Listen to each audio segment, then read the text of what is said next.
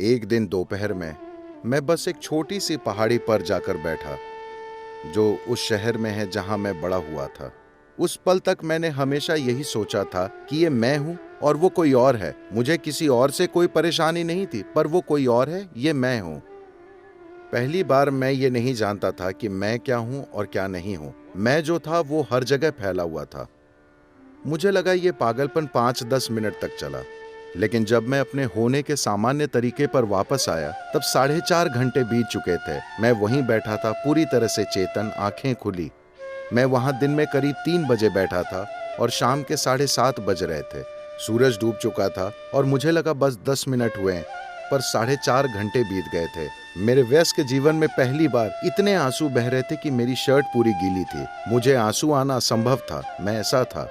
मैं हमेशा खुश रहा हूँ, ये मेरे लिए कभी मुद्दा नहीं रहा। मैं अपने काम में सफल था, मैं युवा था और कोई परेशानी नहीं थी, मैं खुश था। पर मुझ में एक अलग तरह के परम आनंद का विस्फोट हो रहा था, जो वर्णन से परे है। मेरे शरीर की हर कोशिका परम आनंद से सराबोर थी। मेरे पास कोई शब्द नहीं थे। जब मैंने अपना सिर हिलाया और अपने शक्की दिमाग से पूछने की कोशिश की कि मुझे हो क्या रहा है, तो मेरा दिमाग मुझे सिर्फ एक चीज बता पाया कि मैं कुछ बहुत अजीब कर रहा हूँ।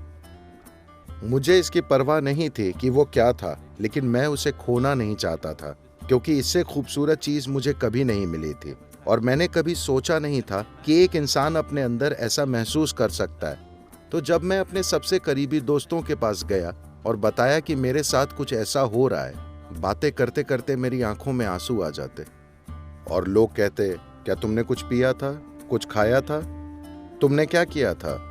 मुझे पता था कि किसी को कुछ कहने का कोई फायदा नहीं है, क्योंकि अगर मैं बस आसमान को देखता हूं तो आंसू आ जाते, पेड़ को देखता तो आंसू आ जाते, आंखें बंद करता तो आंसू आ जाते। मैं बस सराबोर था। 6 महीनों में मेरी हर चीज जबरदस्त तरीके से बदल गई और मैंने समय का बोध खो दिया। जब यह अगली बार हुआ तब बहुत महत्वपूर्ण था, क्योंकि मेरे आसपास लोग थे। मैं अपने परिवार के साथ बैठा था खाने की टेबल पर। मुझे वाकई लगा 2 मिनट हुए, पर 7 घंटे बीत गए। मैं वहीं बैठा रहा, पूरी तरह से सचेत, पर मुझमें समय का कोई बोध नहीं था। ये कई बार हुआ। एक दिन मैं बस अपने खेत में बैठा था और मुझे लगा कि मैं 25-30 मिनट के लिए बैठा, लेकिन मैं 13 दिन तक बैठा था। तब तक भीड़ जमा हो गई। भारत ऐसा देश है कि मेरे आसपास बड़ी बड़ी मालाएं थीं। कोई पूछ रहा है कि उसका कारोबार कैसे चलाएं, कोई पूछ रहा है कि उसकी बेटी की शादी कब होगी। वो सारी बकवास जिससे मुझे नफरत थी, मेरे ही आसपास हो रही थी और मुझे वाकई लगा 25-30 मिनट हुए थे। पर वो लोग कह रहे थे, 13 दिन से ये बैठा है, ये समाधि में है, ये है, वो है। मैंने ये शब्द भी नहीं सुने थे। मैं यूरोपियन फिलॉसफी पढ़कर बड़ा हुआ था। कामू, काफका, दोस्तोव्स्की, आप उन्हें पढ़ते हैं अमेरिका में?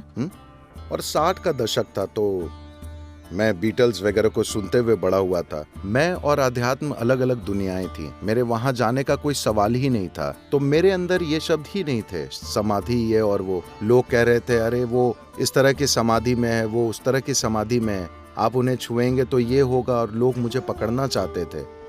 तो मैं बस यही कर सकता था। मैंने वो जगह छोड़ी और सफर पर निकल गया, सिर्फ इससे बचने के लिए, क्योंकि मैं समझ नहीं पाया कि मेरे आसपास क्या हो रहा है। मैं आपको ये कहानी इसलिए बता रहा हूँ क्योंकि ये हर इंसान के लिए संभव है। ये मेरी कामना और मेरा आशीर्वाद है कि ये आपके साथ होना चाहिए। चाहे आप माउंट एवरेस्ट पर चढ़ें या न चढ़ें, धरती के सबसे अमीर आदमी बने या न बने, इस धरती पर आपके जीवन का अनुभव अच्छा होना चाहिए। आपको आनंद में जीकर जाना चाहिए। ये हर इंसान के साथ होना चाहिए। हर कोई इसका अधिकारी है और हर किसी में ये काबिलियत है।